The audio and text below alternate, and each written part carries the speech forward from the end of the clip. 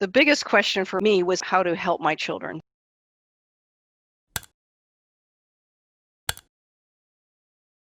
So my kids were diagnosed in 1994 around Christmas with a genetic condition, and there was no support for it, and there was no research being done on it. And as I started to build registries and biobanks and various data collection tools and so on, I started to see that that was true about more than just this one disease. I began to see that each of the little things I was doing for my disease, my kids' disease, was really important to lots of organizations, and started to build structures that would allow everybody to use platforms and registries and biobanks and tools that I was building. Right now, biomedical research is a wreck. People spend $1 billion on a drug that has a 95%, 96% failure rate, and only 4% of people in the United States participate in clinical trials. I say that's a pretty failed experiment. If I name a song, you can download it right now and have it in your ear a minute from now. If you do need a cab or a ride, you can call it up on your phone. If you do want something to eat right now, it'll be at your door in 25 minutes. That we don't have that kind of convenience or attention to what we need in the health arena is crazy to me. And so my desire is to essentially really change the economic models and the business models for how things are done.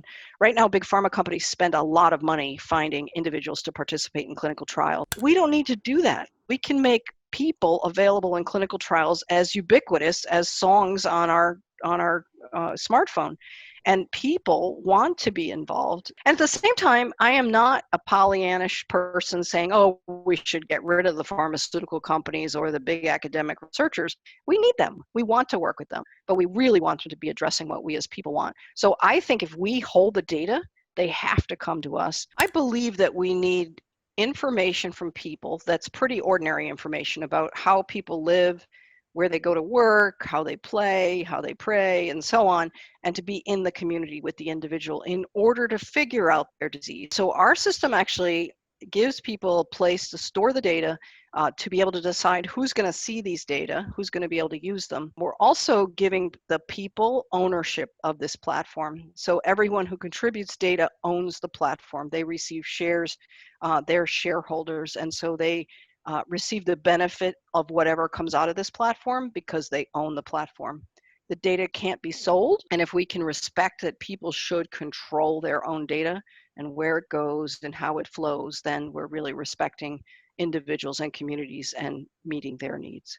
I want and hope that people can start to realize that, in fact, their lived experience is the most important thing, not some arbitrary measure that somebody else made up, but each individual is the expert of their own experience.